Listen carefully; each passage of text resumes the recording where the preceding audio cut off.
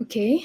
Tashdile, good morning, good afternoon, and good evening to all our speakers and to our lovely live audience tuning in from across the world. Welcome to the virtual event of Freedom Hour, an online discussion hosted by the Asia Freedom Institute, a non-profit organization that calls for democracy and religious freedom in Tibet and China. I'm Sakina Bhatt, the moderator for today's discussion titled China's Escalating Campaign of Transnational Repression in the World. And to have this discussion, we have the best of the speakers. We have Laura Hart, Campaigns Director of Safeguard Defenders. We have Peter Irwin, Associate Director for Research and Advocacy in Uyghur Human Rights Project. We have Janet Tong, a Research Fellow at Citizen Power Initiatives for China, and we have Thuong Dorjila, Research Fellow at Tibet Policy Institute in Central Tibetan Administration. I extend my very warm welcome to all of you, and it is a privilege to appear before you today as a moderator to discuss on this very important and critical topic. I have kept the introduction of the speakers really short so that we can save the time for our discussions. If you want to know the full bio of our speakers, then you can go to Asia Freedom Institute's website. You will get the complete bio of all our speakers there. And before I start, let me quickly run you through the agenda for today's discussion.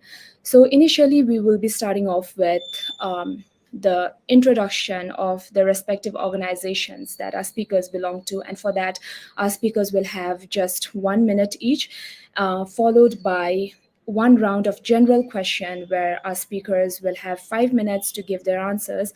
And then we will have 2 rounds of individual questions where our speakers will once again have 5 minutes for each answers. So without further ado, let me start off with Laura. Laura, can you please give an introduction to your organization?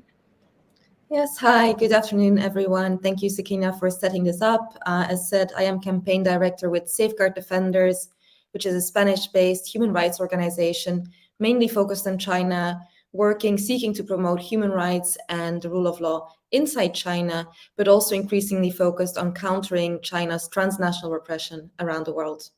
Very thrilled to be here with such distinguished speakers. Thank you.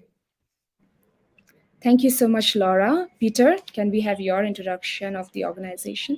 Sure, thanks a lot. So as you mentioned, Peter Irwin with the Uyghur Human Rights Project. I'm the Associate Director for Research and Advocacy. And I previously worked at the World Uyghur Congress. So I've been working in the Uyghur advocacy space for close to 10 years now. UHRP is a research-based advocacy organization.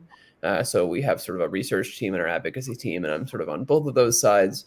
Research more recently has been focusing on transnational repression. So in the past few years, we've put out, I think, at least 8 or 9 full narrative reports on the issue, but we also do reporting on the Uyghur issue generally, and our advocacy team works at multilateral levels and with national governments as well, sort of taking care of a lot of different things, and based in Washington, D.C. Thanks a lot for having me. Thank you, Peter. Janet, can we have your introduction? Janet, we need to have you. Okay. Okay. Hi, good morning, everyone. My name is Jeanette. I'm from the Citizen Power Initiatives for China, an organization funded by Dr. Yang Jianli, a survivor of Tiananmen Square massacre. Throughout the past decades, Citizen Power has been continuously advocating for China's democratization and providing policy recommendation for Western governments. In 2021, we initiated the legal action against the WeChat parent company, Tencent Holding in California, on behalf of the US WeChat user. While the case is still ongoing, there already has been a certain degree of improvement of free speech for overseas WeChat users. Our publication, eBao China and eBao English, also serve like a platform for readers to state updates on China's current affair and share insights from the intellectuals who are still inside China with a global audience. Very exciting for today's event. Thank you, everyone. Thank you, Janet. Over to you, Thuong. Thank you very much, Sakina, for me having here. I'm Thuong Dorji, Research Fellow of the Tibet Policy Institute. The Tibet Policy Institute is a think tank of the Central Tibetan Administration. And then we do research inside the Tibet and China's Tibet policy in terms of strategy, in terms of infrastructure, human rights, religious, and then immigration. And then we also do research and monitor what's happening inside the Tibet. So this is our mantras. Thank you. Thank you so much, Thongla. And without further ado, let's start with the first general question, and we will start with Laura. So, Laura, Freedom House and other organizations have said that China conducts the most sophisticated, global, and comprehensive campaign of transnational repression in the world. Can you explain to us the extent of China's and the CCP's efforts to control the overseas population of Chinese and the minority communities? What is driving this escalation, and what is the overall level of awareness about the threat of China's transnational repression? How can the targeted communities and even the individuals protect themselves from such a threat? Laura, over to you. It's obviously a huge question, and I think it's the question we're all kind of grappling with, not only the activists and dissidents in this space, not only in the first place, obviously the targets and victims of these kind of transnational repression efforts, but increasingly, and I think that's a good development, we also see democratic governments, law enforcement in democratic countries, lawmakers, judiciaries, media as well engage with this issue. And obviously there's a lot that needs to be done. But I think that's a first highlight to kind of stress that the fact that these conversations are happening is a good first step to try and find solutions longer term and to make sure that people are better protected from these efforts, which, as you said, Freedom House has written it, but it's really been well documented and increasingly well documented by a growing number of organizations, researchers. The efforts are really, I would say, on an industrial scale. And you spoke of their effort to control. I think that's a very good starting point, and something that's not being discussed enough is how all these efforts ultimately, you know, they have smaller, I could say, midterm goals when it comes to the individuals that are targeted. But overall, I could say the overarching goal is really to establish control over those overseas communities, over targeted minority groups, as to control also the narrative that's out there about the CCP, about the People's Republic of China. And in that sense, it's really these transnational repression efforts of foreign interference efforts that we see overall from the CCP. So a lot needs to happen, but I think the fact that we are starting to have these conversations more and more, that other people are starting to have these conversations, and that hopefully victims more and more will feel safe to come forward, that there will be methods, mechanisms for them to come forward more easily, that they will feel protected. I think those are all necessary steps that we're kind of going through at the moment. And that will hopefully help us be more resilient and build more resilient societies in the future against this really whole of society effort that the CCP has been setting up. I'm going to leave it at that because we still have a long discussion. Thank you so much, Laura. Let's move forward with Peter. Peter, over to you. Yeah, I mean, I think Laura touched on a lot already. I think in terms of like what the extent of the problem is that I remember reading a Guardian article about there's a Uyghur gentleman who was in Finland, like way up close to the Arctic Circle, and he was saying that he was feeling the pressure from the Chinese government all the way up there. So that gives you a sense of like, for the Uyghur community in particular, there's really nowhere you can go outside the country that is completely safe, even if you're a citizen, for example. UHRP has been reporting on this and doing research on this for a number of years. We actually went back on our website, back to 2011, we had a report, and it was about the way in which the Chinese government was pressuring asylum seekers in Europe in particular.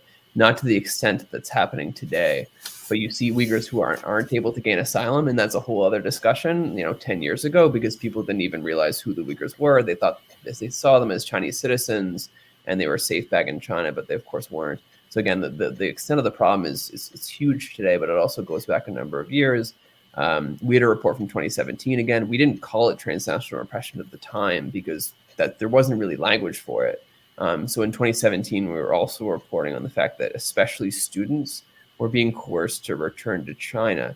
And it's really important to understand too, again, we didn't really know why this was happening. I mean, we understood, generally speaking, that the Chinese government wanted to pressure people overseas, and they were doing it. But that was in some ways the precursor to what ended up happening, which was basically mass detention. So Uyghur students in particular who were abroad were forced to return. They were coerced to return because they'd go to one of the embassies or consulates to have their documents renewed. The Chinese government would say, no, you have to go back to China to get them renewed, and people would return, and then many of them were detained. I do recall also one of the first stories that kind of broke through was this story of a Uyghur who I believe was in Europe, and they basically told their story of how they were able to escape, but they were told the story about how they were forced to return to East Turkestan, or Xinjiang as the Chinese call it. And then they were basically, right when they landed, they were put into a camp, or they were sent to detention, right? So the problem is it goes back a long way. And then briefly, just on what's driving the escalation, and I touched on it already, is, well, for Uyghurs in particular, it has been the way in which the Chinese government's been acting in the Uyghur region, right? As Laura mentioned, they're trying to control the narrative. They control the narrative very well at home domestically, but they're extending this kind of control abroad. They want to ensure the people who are speaking out are silenced. So the people who are targeted primarily, but not only, are those who are speaking out, like activists, people talking to journalists, people posting on social media. But I also want to stress too that it's not just these people, it's people who have family who are in the region as well. So it's that control of the narrative that's driving this. And then there was one other function that I wanted to raise. This was brought up in a recent report by David Tobin and Nairo Elima at Sheffield, was it's not just about this kind of control in terms of the narrative, but it's control over the cultural transmission through generations, right? So if people are not able to speak with family back home, which is one of the ways in which transnational repression works, if you're not able to speak openly, that cultural transmission just is not able to happen overseas. So that's another function of this kind of control as well. I'll stop there. I won't go too much into sort of solutions. Maybe we can come a bit later. We can talk in more detail. But I think identifying the problem has been really, really important, and naming it. So from 2011 or 2017, we didn't put a name on it. We have a name. We are able to understand it, and collectively we're grappling with what the response could be. Thank you. Thank you so much, Peter. Janet, over to you. Yes, as an overseas Chinese, I can simply introduce some background and history of CCP's transnational repression conduct. To better understand why CCP and Xi are so obsessed with control, we need to know their mentality behind it. So the CCP believe that all Chinese people, no matter where they are or what's their current nationality, are all under the China order. It represents absolute and supreme authority for all matters relative to China.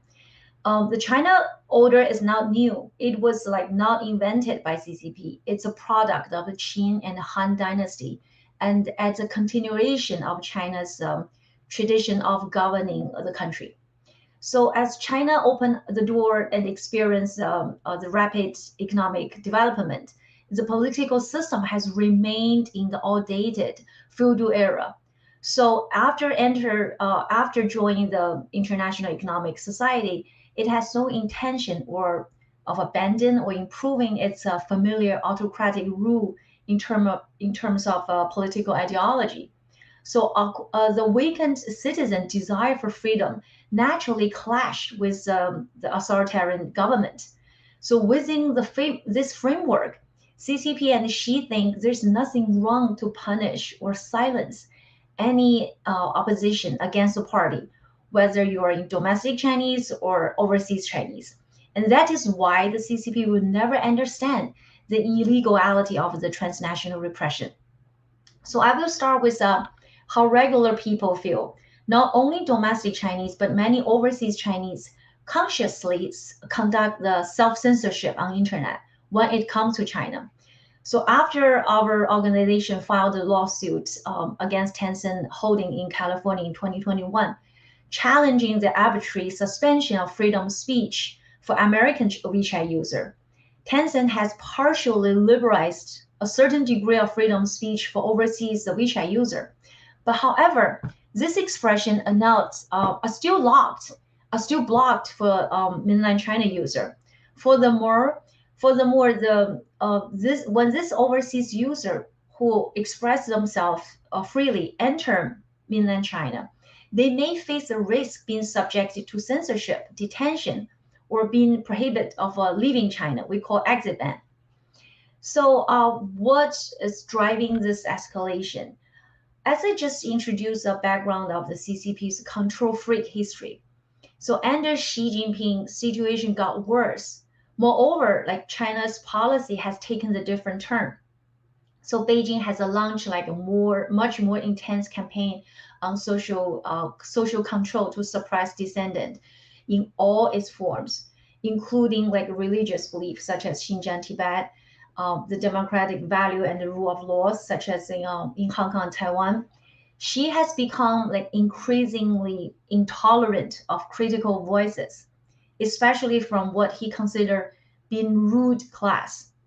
So with an increasing number of heinous crime coming to light, coupled with the sanction policy and the condemnation from the Western countries, as well as ongoing like news coverage and report on the matter, the global awareness of CCP's transnational repression has finally started to emerge. But however, it is still far from being able to curb CCP's unrestrained propagation in the free world. Thinking about the topic as the target community and individual, the self-protection. So we suggest like following procedure. Number one is refrain from using WeChat or CCP control apps. Like equip yourself with cybersecurity knowledge. Second is don't share too many information with your family. Keeping them away from your activities is actually protecting them. Three is stay vigilant. Pay attention to any unusual like individual or activities in your surroundings. The last is familiarize yourself with procedure for gathering evidence, reporting, and seeking assistance when confronted with a threat. I'm greatly looking forward to upcoming discussion today, hoping to gain like more deep understanding from other organizations. Thank you. Thank you so much, Janet. We'll move on to Tsawangla.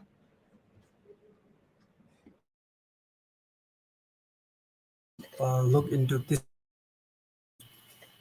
geopolitical perspective, and then under this context, I have 3 points to throw that. The first is that China in the global stage, and second is China's expansionist policy, and third is Tibet and South Asia.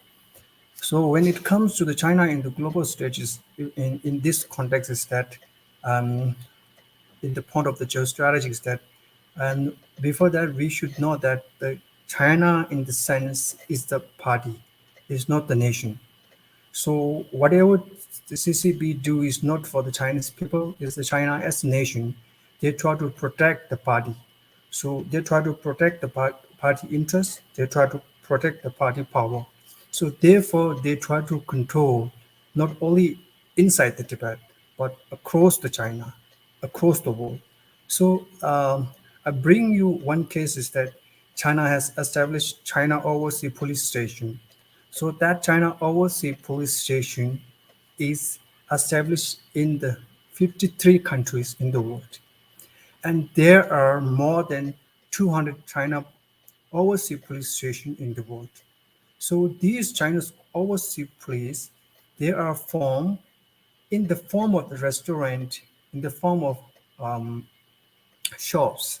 So, and they are not actually established the police station as what we found in China. So through that, they monitor those who against the CCP, not China, those who against the CCP, either in Tibetan, either in Uyghur, either in Mongolian, either in Hong Kong, or those either in the Chinese, those who are against the Chinese Communist Party. So their target for the people. So this is actually the critical situation in the world. And recently, that issue is happened in the British Parliament also. They raised the issue in the British Parliament also. And I bring you very small example how it distort economic in these countries. It's like let's bring the USA example. So through these activities, so the China has still the intellectual property.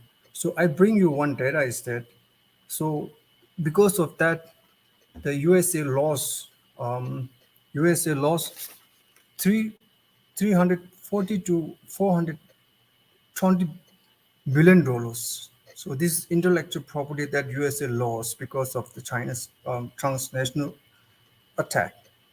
So this is okay.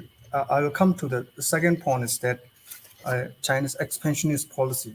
Since the Xi Jinping came into power, the Xi Jinping's dream is that China's characteristic and try to promote the Chinese characteristic to all over the world. So whatever we do, whatever we have to do according to the Chinese characteristic. That is the CCP's characteristic. Therefore, they designed the Chinese foreign policy as expansionist policy, which is under the Belt and Road. So in order to bring or flow the Belt and Road, CCP has spent so much money. And so to order to protect the Belt and Road initiative, to order to protect the interests of the CCP, so China has, established such as China Overseas Police Station. Those who go against the Chinese wish, so they will destroy. So this is like the ultimate objective of the Chinese transgression of the policy is that to control everything under the China. So let's come to the third. The point is that since I am from India and I do research on the Tibetan Himalaya, so I would like to share how these things happening and just next to the South Asia is that right now across the Ladakh to the Arunachal Pradesh, which we used to call the China-India border, in fact, it was Indo-Tibet border. So in this border, China has established more than 624 border villages across the border. So these border villages, actually the main purpose is to monitor the cross-border activities that is mentally targeted to the Tibetans who escaped from the Tibet to India. And since 2008, the escape from Tibet, the number of escape from Tibet has been declined. And very recently, since the China has established these border different villages in the no man's land in the Himalaya, so there is hardly the Tibetans who could escape from Tibet to India and Bhutan, mostly in South Asian countries. So that I used to consider that is also the transnational aggressions. So I think that this is like, especially this policy has been designed during the Xi Jinping's, first term and the second term, especially for Tibet and South Asian, the policy which adopt China during the Tibet Work Forum in 2020. So it's 2020 means it's very recently. Okay, and I think I go for 5 minutes. So if I get time, I will continue after that. Thank you so much, Tsongla, and thank you everyone for this comprehensive overview. It is alarming to know the extent to which the CCP is going to control the overseas Chinese population and the minority communities. And I think that it is very crucial for everyone to understand the significance of this threat. Now we shall go with the first round of individual questions, and again we will start with Laura. So Laura, Safeguard Defenders recently released Safeguard Defenders recently released a report on how China is increasingly pressurizing the Uyghurs living in Turkey to spy on the local Uyghur diaspora. So can you share with us briefly on the main findings of the report and also the recommendations? Laura, over to you.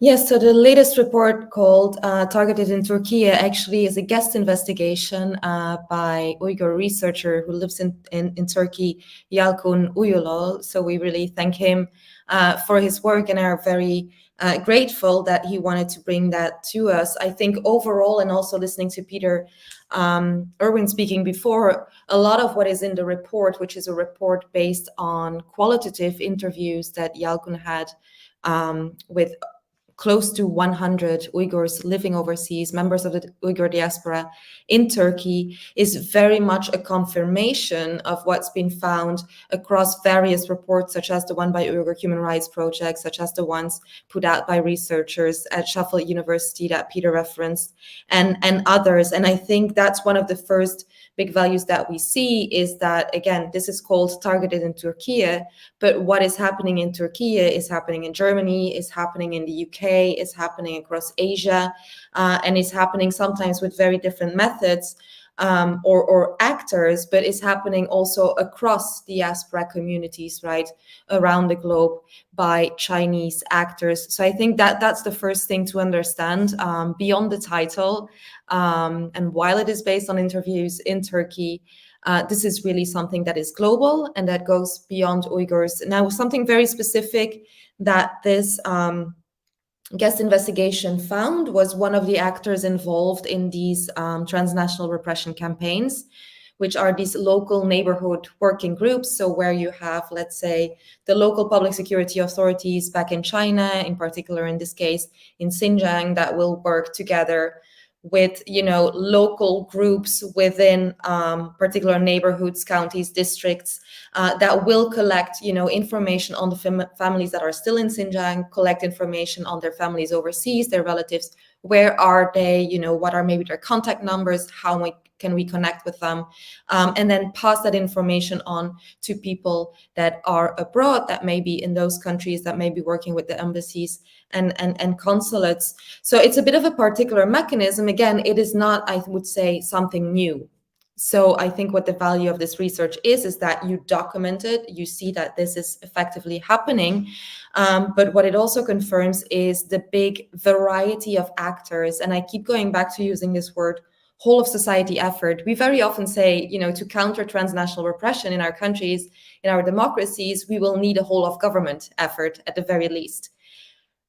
But what we are countering is really a whole of society effort that is being put in place by the Chinese authorities from the very central top level. And again, I think this mimics also what is happening inside China. I mean, what happens inside repressive regimes in general, to local authorities, various authorities, party members, you know, where everybody kind of has an interest to show that they're doing their best, to boast their results, to make sure that they are tougher than others, but also private individuals, private enterprises that are being engaged. What we're also increasingly seeing is what I would call a victim on victim, where a target who's a victim in the first place because their family members may be pressured, or they are being pressured if they want to have their passport renewed, if they want to have a visa for their family. And so they are made into perpetrators of transnational repression themselves. And so it becomes very hard for, let's say, people and authorities that are trying to counter this to really understand what exactly is happening, who is a perpetrator, who is responsible. Thank you for Sewang Dorje for mentioning the overseas police stations. But again, also there, when we reported on those, we've also always said this is just the tip of the iceberg, right? Because this is only one of those formalized networks. It's the same with these neighborhood working groups. But you have all these informal networks. You have authorities, private institutions, people that are forced to do this. And so that is what I would call the CCP's whole of society effort, willing or unwilling, to try and exercise control over people overseas increasingly. I think a very worrying trend is also that this is growing. It's also slowly getting outside the bounds of what I would call traditional overseas communities. So we now see journalists that are also reporting, for example, on the Uyghur genocide, or that are very critical, or other aspects of the PRC's policies that are being targeted, that are engaging in self-censorship. It's obviously something we've seen across academia, within democracies for many years. It's definitely something we see among the business sector, people with business interests, economic interest in China. So all in all, the problem is huge, it's immense. And I think it would take me too much time to go into responses. But I hope we'll get to them. But I think understanding that, whatever specific aspect you look at, it's really always bigger than that. It's very difficult, and maintaining a full and big picture. And as Peter said, actually having a word for it, saying this is transnational repression. And I think increasingly over the coming months, hopefully over the coming years, coming up with shared definitions of, okay, we now have a word for it. What does it actually mean? What parts of this are criminal? Making sure that that kind of understanding is shared across democracies, that democracies are coordinating to counter these efforts, which are transnational. Very often we also see a victim maybe in the US and a perpetrator, who's acting as a middleman for the CCP back in China is actually in a European country. So countries need to coordinate, share best practices. I think those are the first steps really to get to a better place than we are at today.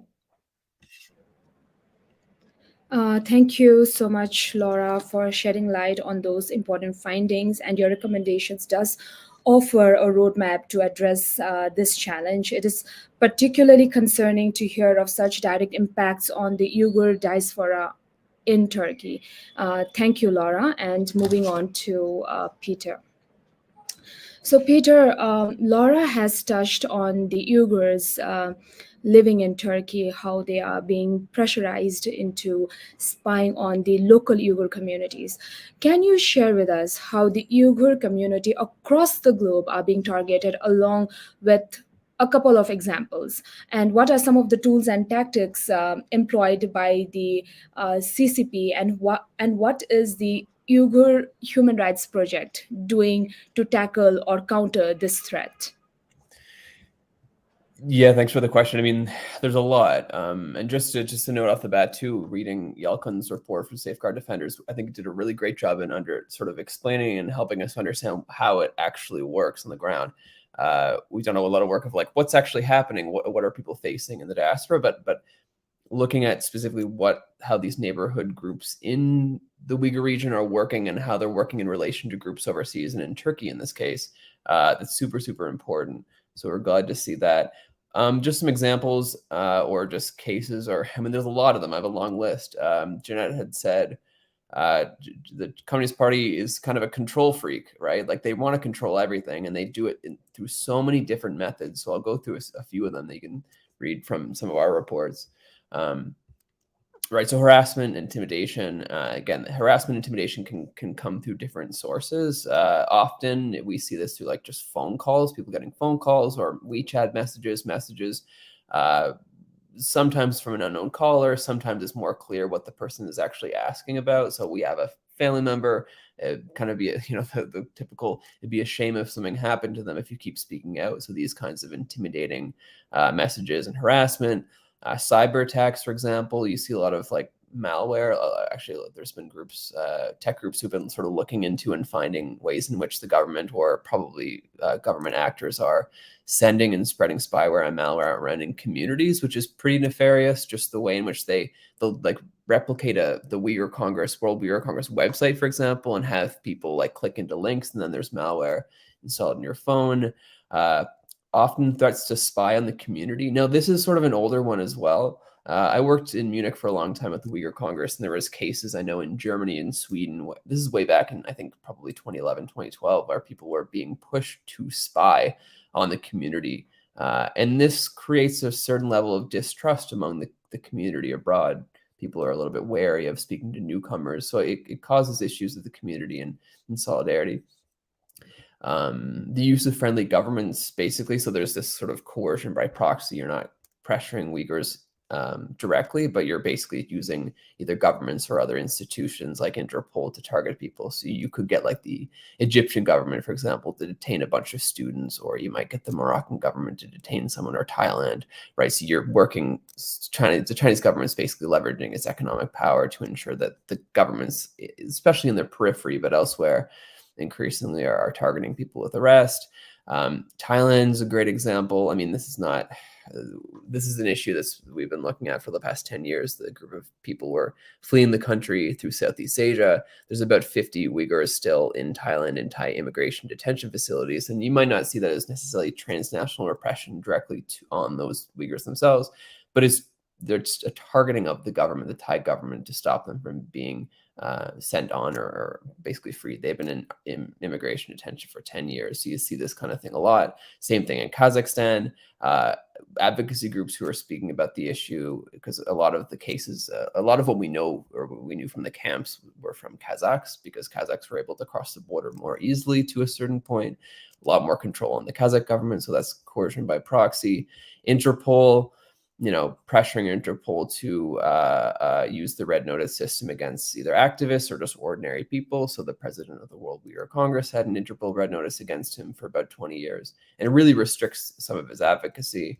And then on the other end of the spectrum, or sort of the far end of the spectrum, is deportation. So pressure on governments to deport. Right, and there's been a lot of cases, like in Thailand, as I mentioned, there's 109 who were forcibly returned in 2015. There's been deportations all around the world, and UHRP has been documenting this pretty closely. So yeah, just like a panoply of different methods in which people have been targeted. Again, it's this control freak nature of like using everything that they have to establish this kind of control. Because you kind of ask, well, why does the Chinese government care that there's Uyghurs who are trying to leave through Thailand? Like, what is the big deal? And I think a big part of this is that they just they're very sensitive to anybody who sort of goes up against them. If Uyghurs are able to escape and leave the country, maybe tell their story, it's a real big threat to them. But again, that kind of goes to this, the sensitivity, and in some ways, that sometimes we think of China as this all-encompassing like power that can do whatever they want, but then at the same time, they're very sensitive to just like even weak criticism of them. They react in very strongly. But those are some of the methods. Again, I'll stop speaking now, but that's some of the ways in which it actually happens on the ground around the world. Thank you so much, Peter. The depth of your knowledge and the specific examples that you provide really shed light on the multifaceted challenges the Uyghur community faces on the global scale. Thank you so much, Peter. Moving on to Janet. According to Safeguard Defenders, Janet, the Chinese police persuaded 230,000 claimed fugitives to return to China voluntarily between April 2021 to July 2022. Can you shed more light on Chinese police's expanding global policing and its impact on the Chinese diaspora community? Over to you, Janet. Yes, so thank you for the question. As Laura just explained, we have some similar funding as well. So like overseas Chinese overall have made like important contribution to China's economic development and the technology progress. The CCP has always viewed Chinese diaspora and the students as its overseas spokespersons. The United Framework has always been their core task, since as early as 1930s. So in the area with like a large Chinese diaspora population in the US, like New York, California, so many first-generation Chinese immigrants, they will still find themselves living in a mirrored China when it comes to cultural, language, living habits, and even the way of thinking. So attachment to their comfort zone create a space where the CCP can carry the long arm ruling towards this diaspora community. So many local community leaders voluntarily and honored to maintain a close contact with the Chinese consulate. And they are proud to act as the CCP's long arm law enforcement, monitoring and threatening dissidents. So on the other hand, at the same time, Beijing used data and facial recognition coupled with IP tracking, so they can quickly confirm the descendants' identity. It also enables CCP to find the descendants' family who is still living in China as leverage. Regularly, they can visit or threaten elder parents and family as a means of intimidating and cancel families' medical insurance, terminating the pensions, or conducting unreasonable search of their homes, or even like the words will be like prison or the further abuse. So they are all some of their common methods. So the recently United States have arrested some the Chinese community leaders, spies, and even shut down the secret police station in New York, like big plots to Laura's safeguard defender. So legal action and also been taken against the Berkeley music school student in Boston who posed a threat to the pro-democracy individuals. But this development are highly beneficial for curbing the CCP's transnational repression in the United States. But however, even despite these measures made by the U.S. government, the pace of the United Front work, they did not slow down. Instead of, Chinese consular office took an alternative measure to recoup their losses. This March, the Chinese consular New York office, they launched this called Consular Service into Community campaign. So under the guise of making it easier for overseas Chinese to apply for documents, they setting up on-site operation in Chinese neighborhoods, such like Brooklyn, Queens, or Chinatown. This seemed like convenience move it's very convenience move but it's actually aimed like a tighter control over the Chinese diaspora community neighborhood. So in the past, like community leader or the president of the CSA, the Chinese Student and the Scholar Association, they were the primary contact with the consular. But now this role may be replaced by ordinary resident in the community. So which undoubtedly increase the difficulty for the U.S. law enforcement, and also may fall into the narrative trap that fabricated by CCP that U.S. government's persecution or discrimination towards Chinese immigrants. So this measure also reflects they call Fengqiao experience that Xi Jinping has been advocating since he came to power. That means Fengqiao experiences means to mobilize the masses to transform perceived enemies. So as we know, the CCP control over Chinese diaspora community is very comprehensive, but we cannot like simply serve all ties. There are lots of variables and family ties involved.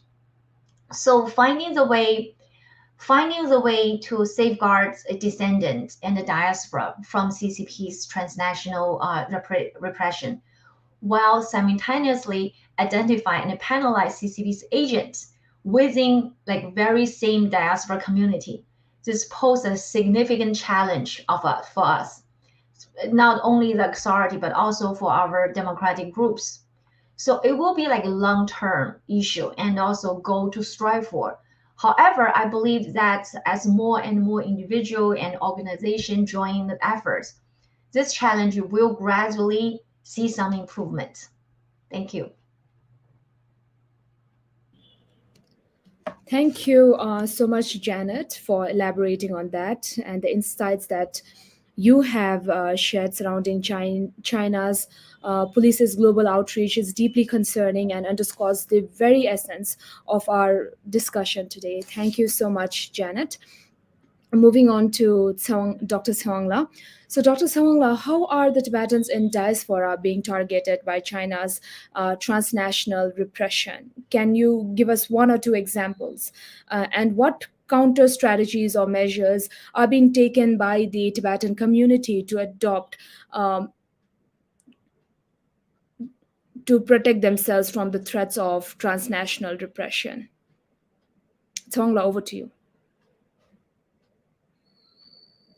Tsewang-la, I think you're on mute. Yeah.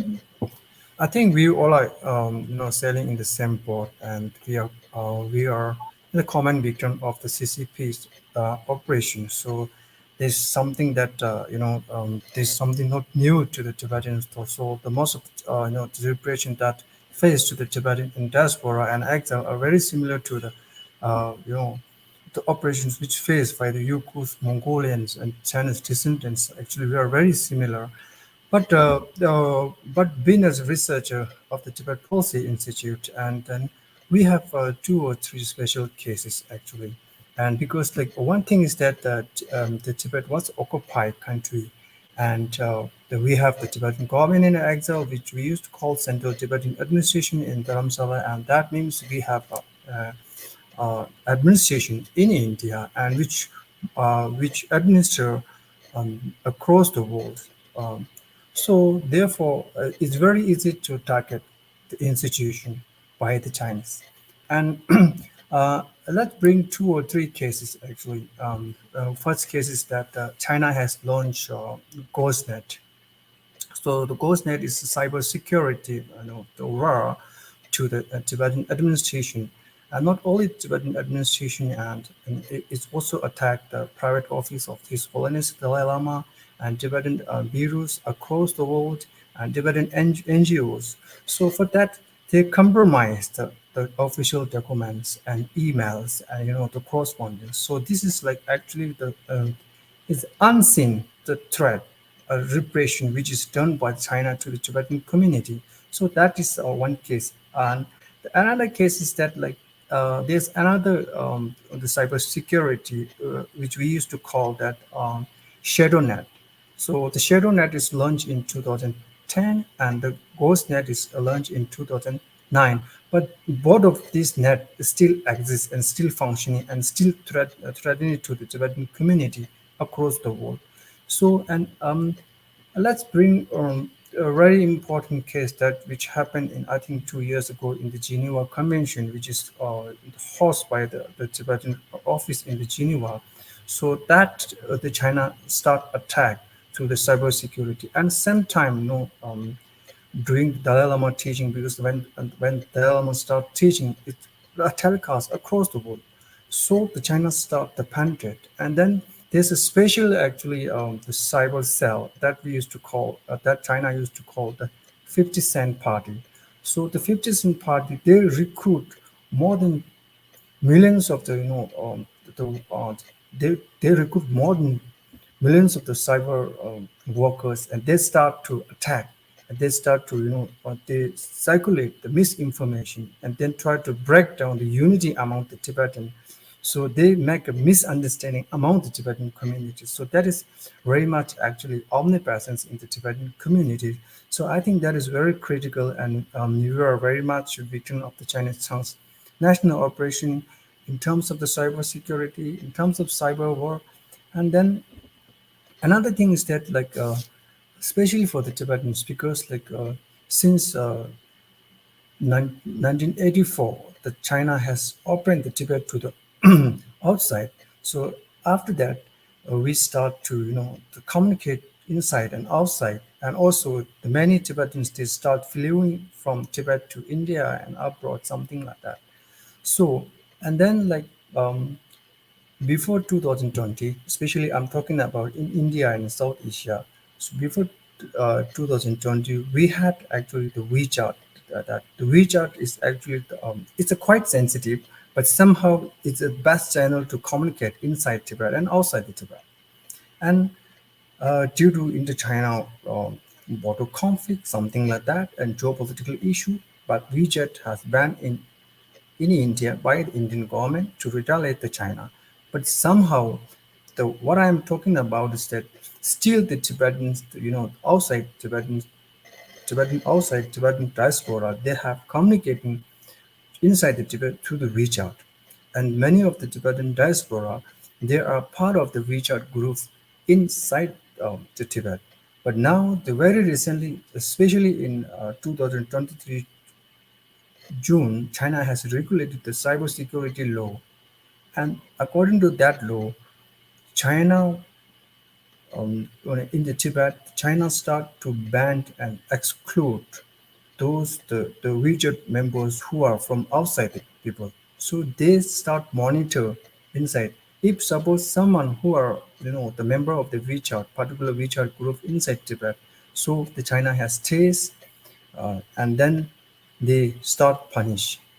So that means like one thing is that because many of the Tibetans who are in India and diaspora, they have the family relation inside Tibet. They have communication. They have uh, so many things actually. The bonding the relationship is there. But that kind of relation is totally shut down now. And another thing is that, like, since 2008, as I mentioned before, that the Tibetans who are coming from Tibet has been declined. Now you hardly found few Tibetans who could manage to escape from Tibet.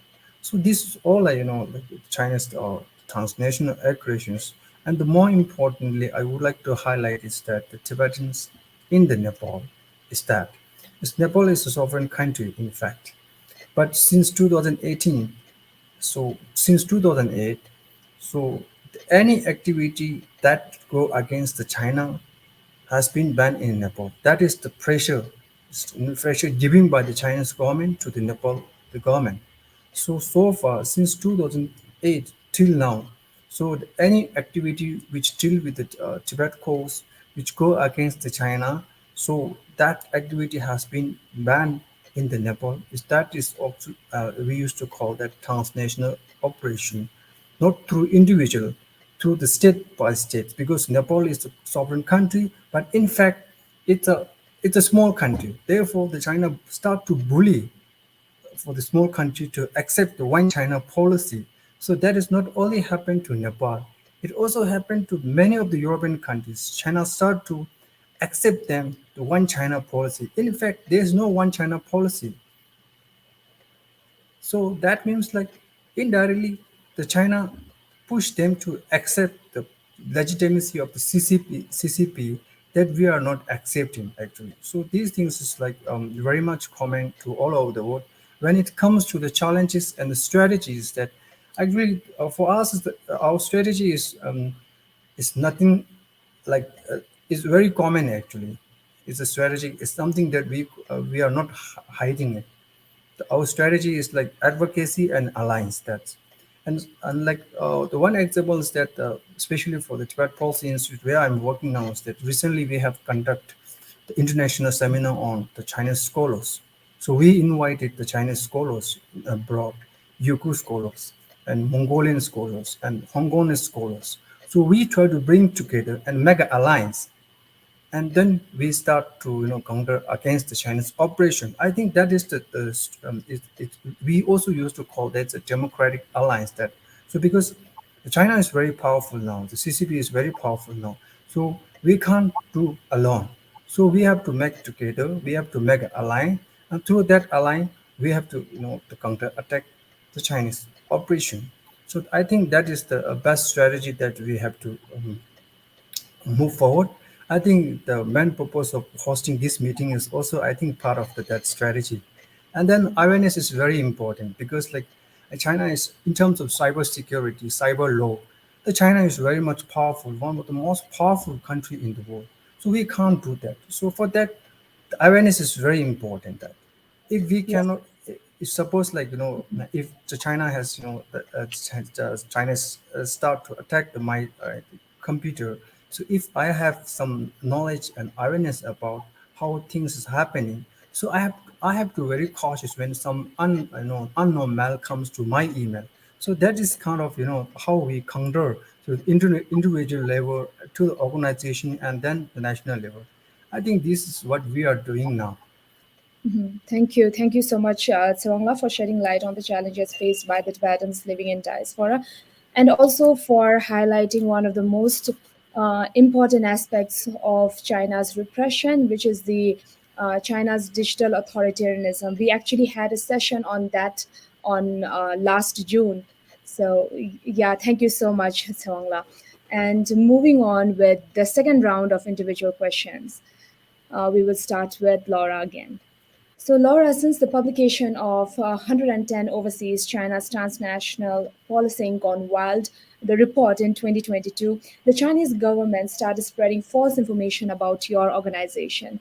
How big has this disinformation campaign been? And how was your group, the Safeguard Defenders, handling or responding to it? Laura, over to you. Yeah, it's been quite big, and I think we are not able actually to track it all, both because we don't necessarily have the means, nor do we necessarily want to spend time on seeing the kind of stuff that the CCP is putting out there on Safeguard Defenders, as we think we should be spending our time more wisely and documenting what the CCP is actually doing or trying to do, both within China, but also increasingly overseas. Obviously, we've documented some. It's been clear that there's been a huge, I would say, discrediting campaign, impersonation campaign. None of this is extremely new. I think, members of diaspora communities, especially those that have been outspoken over time, have been going through this for decades on end. The scale of what we're seeing today as safeguard defenders, but some other people as well, is definitely big. It's impressive.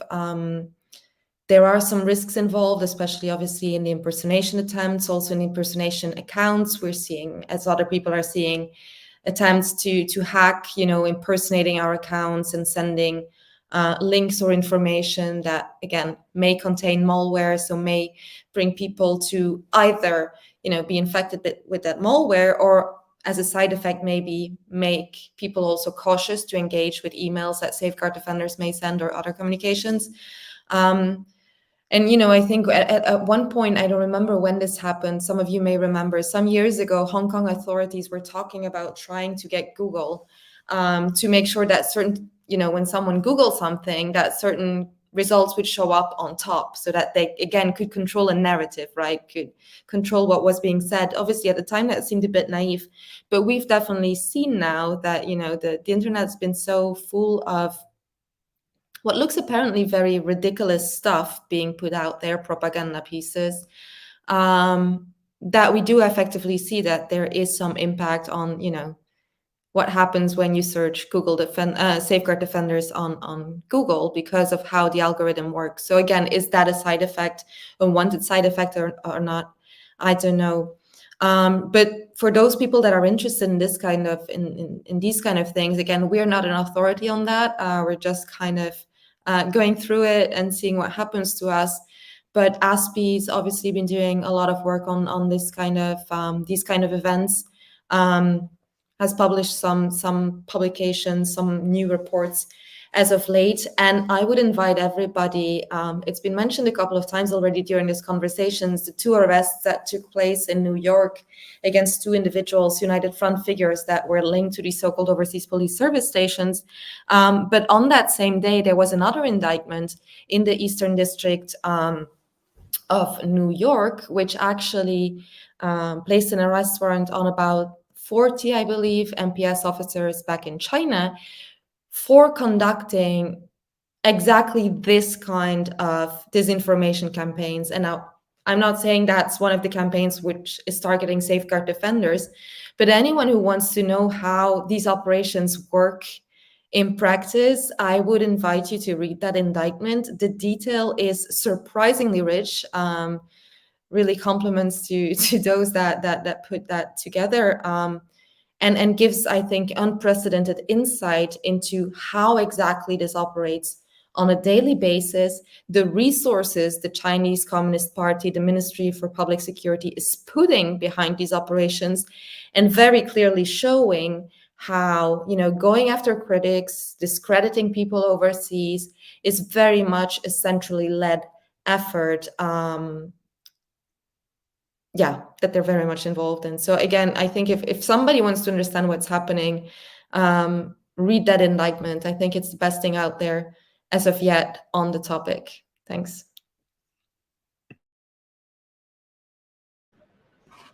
Thank you. Thank you so much, Laura. Your team's resilience and the strategies that you have adopted are both commendable and informative for other organizations that may face similar challenges. Thank you so much, Laura, for that very informative insight. Moving on to Peter. Peter, so what specific strategies or actions would you recommend for the governments or the NGOs and the institutions to counter CCP's growing transnational repression? And from your experience and research, what methods have proven effective in countering China's threats or actions? Over to you, Peter. Sure. I mean, this is a question I think a lot of us have been sort of dealing with for some time. And as people have already mentioned, it sounds a little bit quaint, but awareness is super key. Look, the Uyghur community themselves, like they've obviously known since it started happening. It's just, I mean, it's taken years for this kind of thing to to be more known, by research organizations or journalists or others. So I think working directly with affected groups is super important. Speaking sort of ground up, though, I think at the individual level, whether it's psychosocial support or strengthening community networks to make them or to improve the resiliency against these kinds of attacks, that's super important as well. In the US, there's this organization that UHRP is sort of a part of, the Uyghur Wellness Initiative, not necessarily transnational repression focused, but it's kind of support, I think, and community resilience really helps when there are instances of transnational repression. UHRP, again, going back to our research, we've done a report on humanitarian needs of Uyghurs in the diaspora. Again, not specifically transnational and repression focused, but like what did Uyghurs who are at risk or struggling abroad need? And you can go to that report and take a look at some of the recommendations there. There is sort of at the institutional level or government level. So UNHCR, again, UHRP had a report on UNHCR and the problems that it's had. A few months ago, we released it. And basically our finding was that UNHCR is just unable to, or they're not really a reliable partner in some cases to protect Uyghurs abroad. And you see this in places like Central Asia, Southeast Asia. So, there are cases where UNHCR is able to help, but many in where they aren't. The awareness question is also relevant in terms of governments. Again, like we think that everybody knows now that this is happening, but take some cases that we've looked at in the past. When I was at the World Uyghur Congress, we had a case of 5 Uyghur men in Bulgaria who had crossed the border from Turkey. They were basically put into immigration detention. And what the Chinese government did is they accused them of being extremists. And that causes a lot of problems because then the government says, oh, if they have to do their due diligence. They don't want to, let in people who they think are extremists. They were on the verge of deportation, and we had to file a procedure with the European Court of Human Rights. Interim measures were eventually passed, but the European Court of Human Rights had to step in and say, no, you can't deport these people. They ended up coming out with a judgment a few months later, or actually, no, I think it was over a year later, saying that these people cannot be deported. The same thing happened in Malta. I know Safeguard Defenders had done some work on this. You would think Malta and like an EU member state would know that you can't deport Uyghurs back to China. But again, that gives you a sense that the fact that they were almost deported from Malta to China tells you that people just don't know still. I think that's a job that NGOs and others need to be doing, is ensuring that every EU member state, for example, and elsewhere, their migration policies and their migration agencies need to understand this. And I think we haven't done enough work to ensure that there's that kind of awareness in governments, because again, if Malta can deport someone, I think many other member states can as well, whether it's ignorance or institutional failings, it doesn't matter, but there's some work to do there. Governments need to offer Uyghurs in particular. So Uyghurs, I speak obviously in terms of this community, they need to offer them asylum and they need to give them citizenship. We've seen over and over that when citizenship is granted, quite often transnational repression either ends or there's less of it. Of course, it's never going to end completely, but offering citizenship and immediate protection is super key.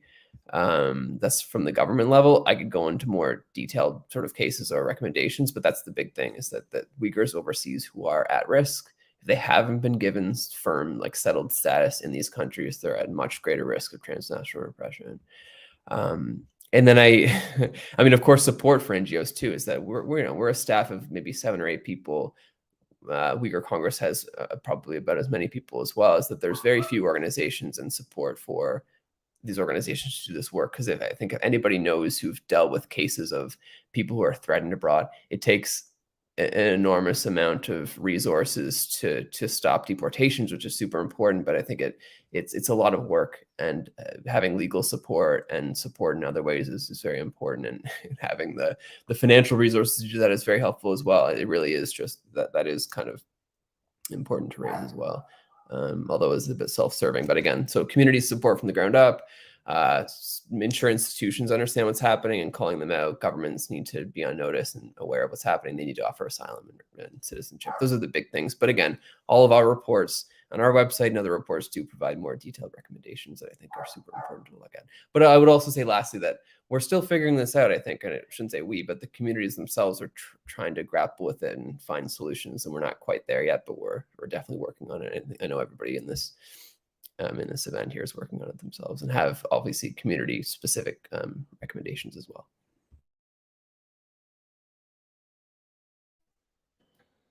Thank you. Thank you so much, Peter, for the comprehensive response and mentioning the steps that can be taken by the government to counter the sophisticated tactics from the PRC. And I do agree about the government's giving asylum to the Uyghur communities or any communities, be it the Tibetans or the other ethnic minorities. Um, and in that ways, the challenges faced by these ethnic minorities it will not eliminate completely, yes, but then it will be much lesser. Moving on to Janet. Janet, given the scale of China's transnational repression, how do you evaluate the current international response? What more can or should be done on a global scale to address this escalating threat? How do you see the role of media and communication in reporting and combating China's transnational repression? Over to you, Janet. Sure. So the response from international community can be divided into like two big categories. So non-democratic countries and democratic countries. So for those in Central Asia, like Middle East or Southeast Asia, like Myanmar, Thailand, Laos, over the past 20 years, many descendant of foreign Chinese nationals have been captured and deported back to China by CCP's own law enforcement in these countries. So recently, I would like to point these two highly representative cases in Laos. One is a former freelance journalist for Radio Free Asia, Qiao Xinxin, who launched the Ban Great Firewall movement, was arrested by Chinese policy in Laos on May 31st. So his neighbor confirmed that he was handcuffed and taken away by two Laotian police and 6 CCP police officers. So soon after, local police of his hometown in Hunan, China, have confirmed his detention. And then on July 28th, a Chinese attorney, Lu Siwei, was arrested by Laos police while he was on his way to Bangkok. So he's planning to fly to US and reunite with his wife and daughter. So Lu's family and activists are deeply concerned that he could be deported back to China. So they quickly organized support events around the world. Demonstration were held outside the Laos embassy in US, in UK, and France. Additionally, they also collaborated on a collective letter endorsed by over 87 NGOs. And also UN Human Rights Office and senior member of the US Foreign Affairs Committee also sent a press release requests the Laos must immediately release him and prevent Lu's deportation to China. So the latest update on Lu is he was taken away from the detention center and in the state of enforced disappearance. Although we are not very optimistic about the future, but compared with the quick deportation of Qiao Xinxin, the delay of Laotian government on Lu Siwei shows the impact of the international attention and the condemnation, especially the high-level international appeals that's remarkably effective in terms of rescuing victims. As we can see from the previous example, the more extensive the involvement of the international organization and the news media, the greater the likelihood that the victims will be helped and redeemed. Sustained voice and advocacy are very important to save lives. So now we talk about the Western countries. So Western countries like Canada, Australia, and the United Kingdom, the legislation and law enforcement procedure have not kept up. So the Chinese students who harassed and beaten demonstrators have not been punished. Recently, a Canadian intelligence report showed that Chinese students studying in Canada are under the control of Chinese government. Under its manipulation, it has become a major coercing schools and other international students, interfering with and attacking national politicians. Hong Konger in UK also released a research report last Tuesday. So nearly 40% said they thought it is pretty unsafe or very unsafe to attend Hong Kong-related gathering in UK. More than 70% believe that British government has not taken sufficient measure to protect civil participation and freedom of speech of Hong Kong people in UK. So it is very, very important to speed up the legislation and educate the law enforcement team for quick response, for quick response to future similar situations. Countries can also exchange experience with each other, so the effective international momentum can be formed. Tackling China's transnational repression poses a very unique and unprecedented challenge to the democratic country. There's no playbook, and many strategy will need to be tested through the trial and error. So that is why the role of our NGOs is so crucial.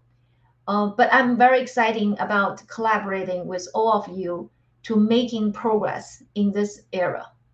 Thank you. Thank you so much, Janet.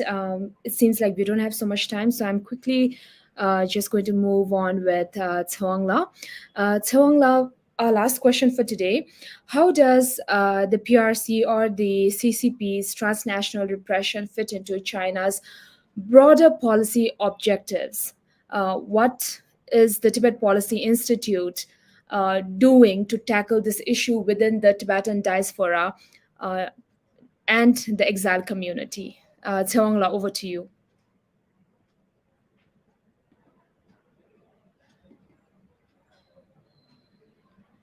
Tsewang La, I think you need to unmute.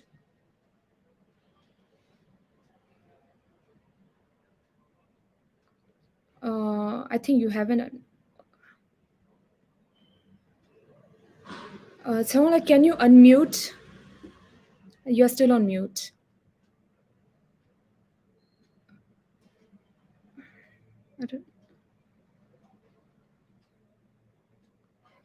Tsewang La, I think you need to unmute this yourself. I think our technicians are also not able to do that.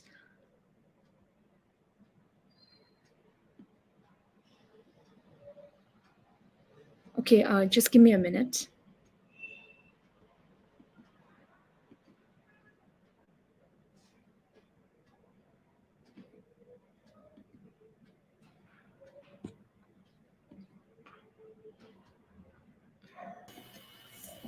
Yeah. Yeah, I think it's some technical problem. It's all right. It might be cyber war. So for my understanding, actually, that China's transnational operation doesn't fit the China's broader national the foreign policies, that because the CCP wants, or you can say the ultimate goal of China is to become the superpower, actually. And for that, China try to do everything to become the superpower, to cross the United States, and China wants to be a number one in the world. For that, China needs some authority and power, and when it comes to be a superpower, China needs the military power. Yes, China has military power, economic power, and the culture and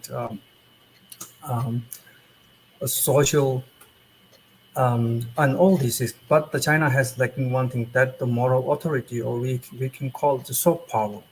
So because it's very common sense, actually, when the people say, if you wish to go China or USA, and nobody says I would like to go, I love to go China, but rather they say that I love to go USA, I love to go Europe or something, the democratic countries.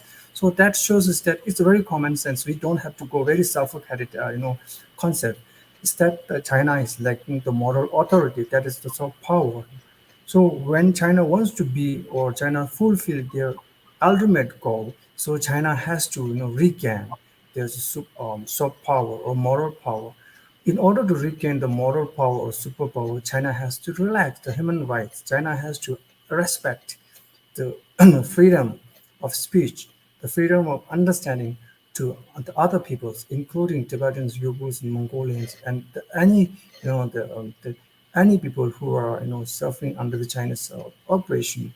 And that comes to the and that is actually China has to understand, if they really wants to become the superpower in the world.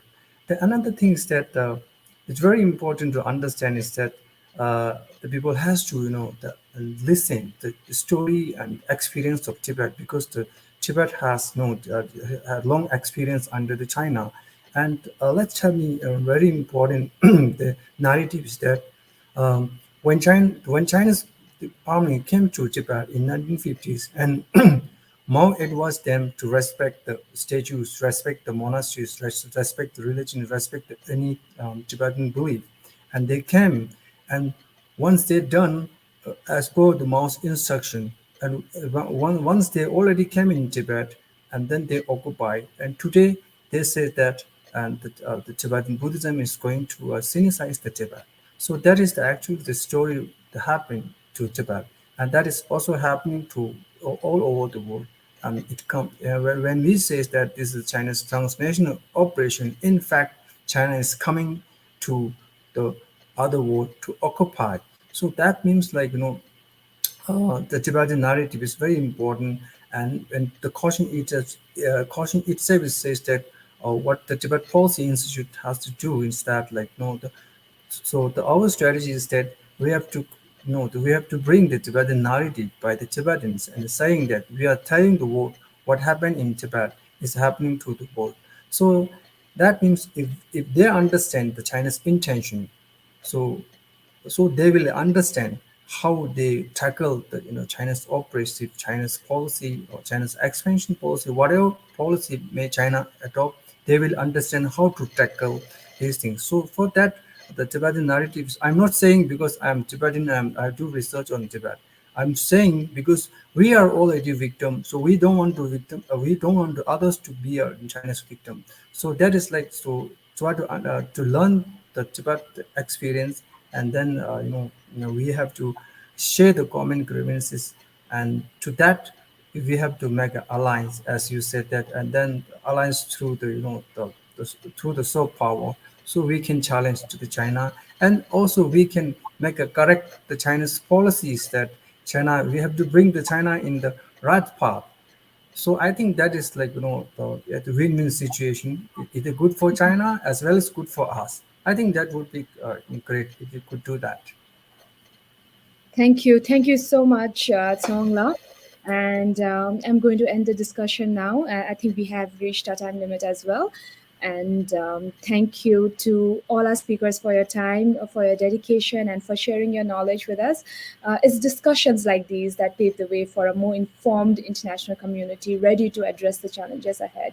While today's conversation highlighted the complexity of this issue, it also emphasized the importance of solidarity, awareness, and proactive measures in countering these challenges. Let's continue to advocate for understanding rights and justice on this critical issue.